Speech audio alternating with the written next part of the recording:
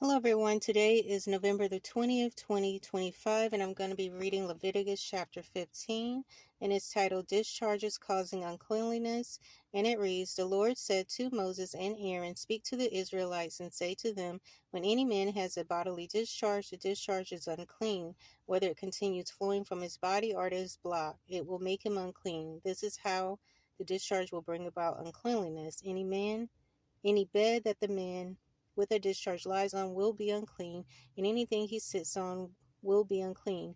Anyone who touches his bed must wash his clothes and bathe with water. He will be unclean until the evening. Whoever sits on anything that the man with a discharge sat on must wash his clothes and bathe with water, and he will be unclean till the evening. Whoever touches a man who has a discharge must wash his clothes and bathe with water, and he will be unclean till the evening.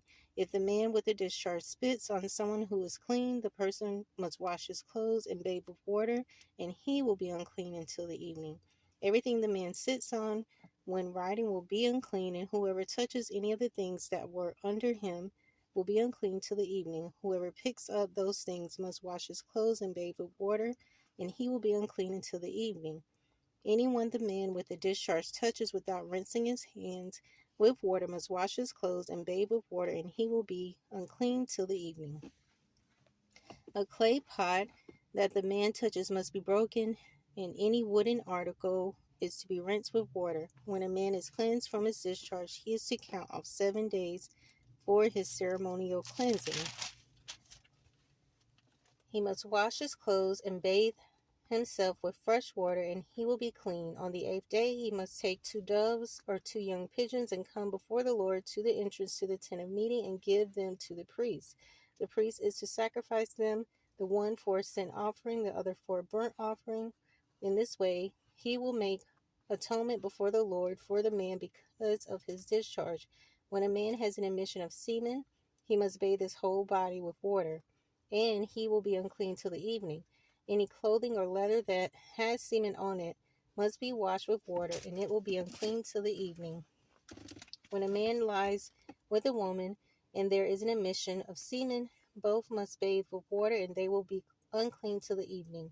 When a woman has her regular flow of blood, the impurity of her monthly period will last 7 days, and anyone who touches her will be unclean till the evening. Anything she lies on during her period will be unclean. Whoever touches her bed must wash his clothes and bathe with water, and he will be unclean till the evening.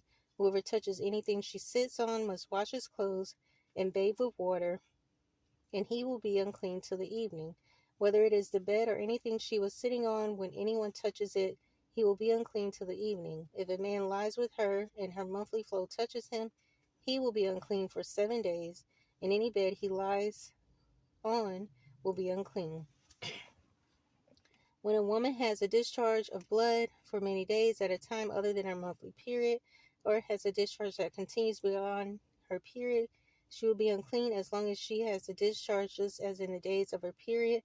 Any bed she lies on while her discharge continues will be unclean, as is her bed during her monthly period, and anything she sits on will be unclean as during her period. Whoever touches them will be unclean. He must wash his hands and bathe with water, and he will be unclean till the evening. When she is cleansed from her discharge, she must count off 7 days, and after that she will be ceremonially clean. On the 8th day, she must take 2 doves or 2 young pigeons and bring them to the priest at the entrance to the tent of meeting. The priest is to sacrifice one for a sin offering and the other for a burnt offering. In this way, he will make an atonement for her before the Lord for the uncleanliness of her discharge. You must keep the Israelites separate from things that make them unclean, so that they will not die in their uncleanness for defiling my dwelling place which is among them. These are the regulations for a man with a discharge, for anyone made unclean by an emission of semen, for a woman in her monthly period, for a man or a woman with a discharge, and for a man who lies with a woman who is ceremonially unclean. So that is going to be the end of Leviticus chapter 15. I will pick up in chapter 16, and that will be titled The Day of Atonement. So I hope you'll join me again. Thanks.